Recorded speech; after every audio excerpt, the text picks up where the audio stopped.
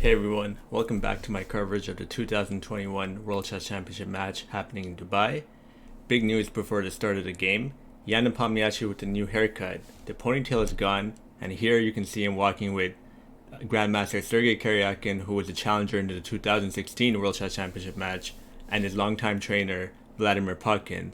Not to be confused with Vladimir Putin, who's having his own much more dangerous chess match with Joe Biden. Now, Nepo, new haircut, new man, and also new opening. He decides to play c4 for the first time in the match, deviating from 1e4. c4 is called the English opening. Now, Nepo has used this in the past with great success, so it makes sense that in a dire situation, down 2 points, that he tries to change the course of the match. So play proceeded with these moves. And I just want to forward to this interesting moment where we can actually see that all of these moves have been played previously between, there's one game in the database between Grandmasters Gabuzian and Belasine. Now Magnus, who probably knew about this game, decides to deviate. Previously e5 was played, but now Magnus decides to play d takes e3.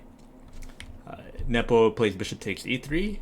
And now he chooses this nice plan to play bishop c5, trading the dark squared bishops and planting the knight to c5 after the square c5 is weakened. So d4, reinforcing the square, and now knight c5, and the pawn on a4 is under attack. Magnus pushes it forward, and here we're at the first critical moment of the game.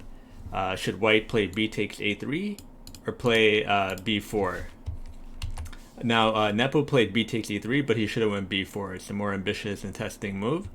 Nepo didn't really give an explanation for why he didn't play b4, but he did say that, this is he did admit that this is what he should have played. But Magnus himself wasn't too worried, giving this variation: knight takes b4, rook b1, now b6. He ended his analysis here, or at least that's what he's discussed in the press conference. But if you go forward a few moves, white has to find this nice move, rook b5. The point being that if black captures on d4, black is actually losing material because both the knight on g4 is under attack and the rook on a8. But if he finds this move, rook a8, black should be fine.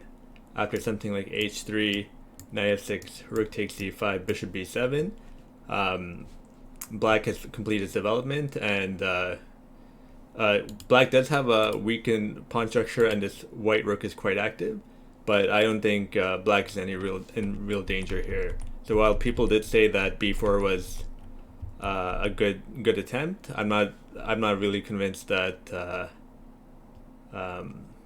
as Nepo called it, it's very promising, but I'm not sure how promising it is. It seems like it's the kind of position that Magnus would hold.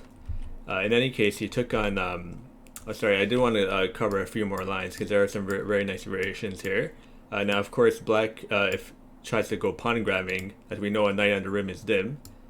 White simply traps the knight, and the knight just has nowhere to go. So grabbing a second pawn is not a good idea. If black goes back, knight takes b7, rook b8, with the idea knight c5, rook takes, queen takes, knight takes d4, picking up this extra pawn. White actually has this beautiful move, knight a5.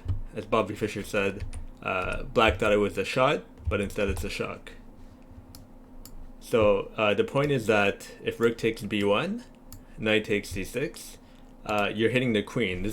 A move like this is called an intermezzo. Before capturing the rook, you have this in-between move, and black is just lost. One nice variation is if black tries to capture the knight, white has another nice shot. You're attacking the queen, and you're also threatening checkmate in one. So black is actually just losing the queen here. So all these nice tactics are in the air, and if after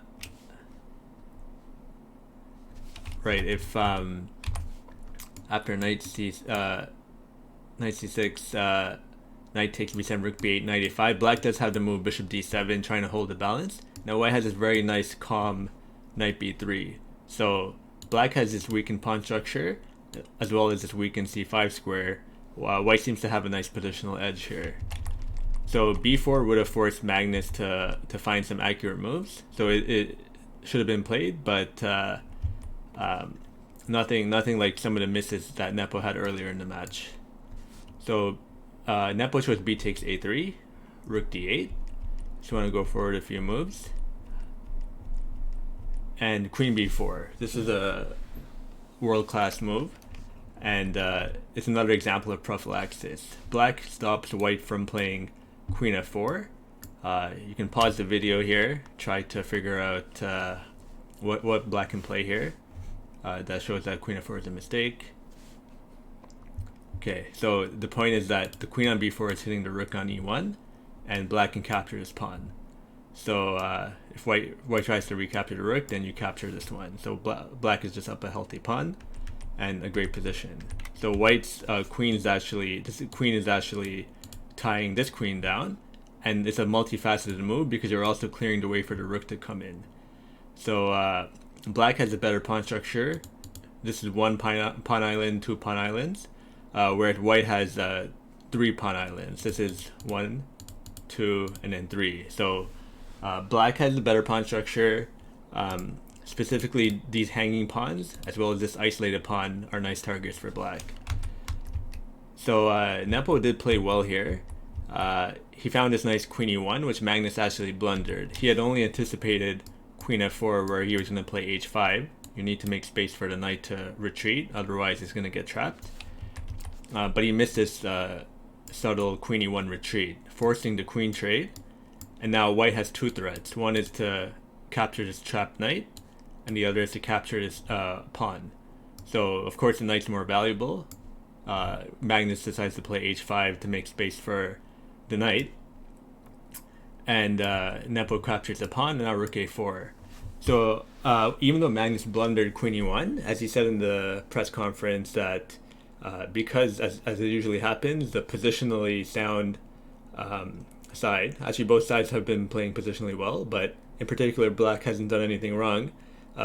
Positionally his position is sound, so tactics should still work out for him, and that's what happened in this case. Even though he blundered that, black is still doing fine.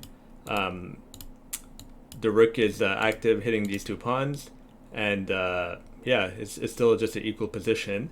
Nepo should have played f3, knight h6, and brought the bishop back. But he has a slight edge, but black will soon recapture the pawn, activate the knight, and again, I think as Magnus himself said, he wasn't worried here. This is Magnus' specialty. One of his specialties is, as we have seen so far in the match, his amazing defensive skills. However, unfortunately, Nepo's new haircut didn't stop the blunders. He played c5, which is actually a very natural move. Black is threatening to capture a pawn, so why not move it, possibly play c6 to lock this bishop in, and have a very promising position. Unfortunately, c5 immediately loses the game. It's one of the worst blunders in recent times in the World Chess Championship, to c6. This is not a hard move to find at all. As Nepo said after in the press conference, he never thought c6 was a big deal because he always knew he had knight c5 protecting the bishop, but he just simply had a hallucination. He just completely forgot that his own pawn is blocking his knight. So now after c6, this bishop is stranded, and it's going to get picked up, and the game is over just like that. It was really, as many people were saying, it's a pity that the match has become so one-sided. Magnus went on to win this game without too much difficulty. But yeah, that's how brutal chess is. It's unforgiving for any lapses, even for one move. It can just end the game right away, which is what happened here.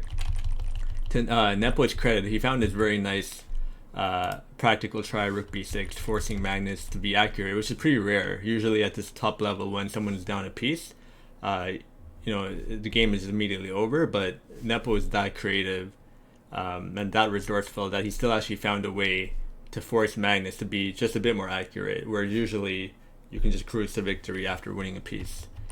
So the danger is his passed pawn. If it gets to that edge of the board, black is in trouble. So black plays this nice move c5 to make space for the bishop. Because black is picking up the pawns on the king side, he can afford to give back the piece as long as he's up some extra pawns, which is what Magnus had planned. All of these were perfect moves. Magnus had calculated this very precisely. Now knight takes c5, which was not maybe the most practical try. Rook b1 would have forced Magnus to find one more move, and that would have been to play rook a8. And after rook b8, rook takes, rook check. King h7, knight takes c5. We get knight f5. Black is up one pawn, but he's soon going to pick up his second pawn, and that's more than enough to win the game. So it's a completely hopeless position for white. Where it could go wrong for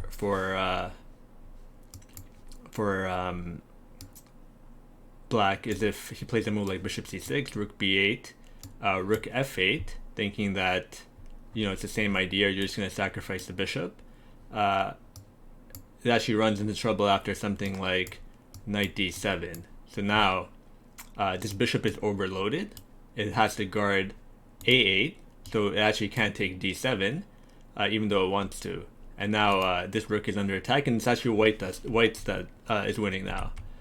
But of course, Magnus would have played rook a8, and the game would have been over. But still, if you come all the way to this point, you might as well try this one, because after knight c5, this just immediately ended the game. Of course, not to criticize Nepo, I think of course he saw this. It's a lost position. So I just, in my opinion, this would have been a more trickier move to handle, because I think after knight takes c5, both rook a8 and bishop c6 would have been enough. So that's that. That's game 9 is in the books. Magnus now leads 6-3. There's expectation that this match is going to be over before the 14 games are up.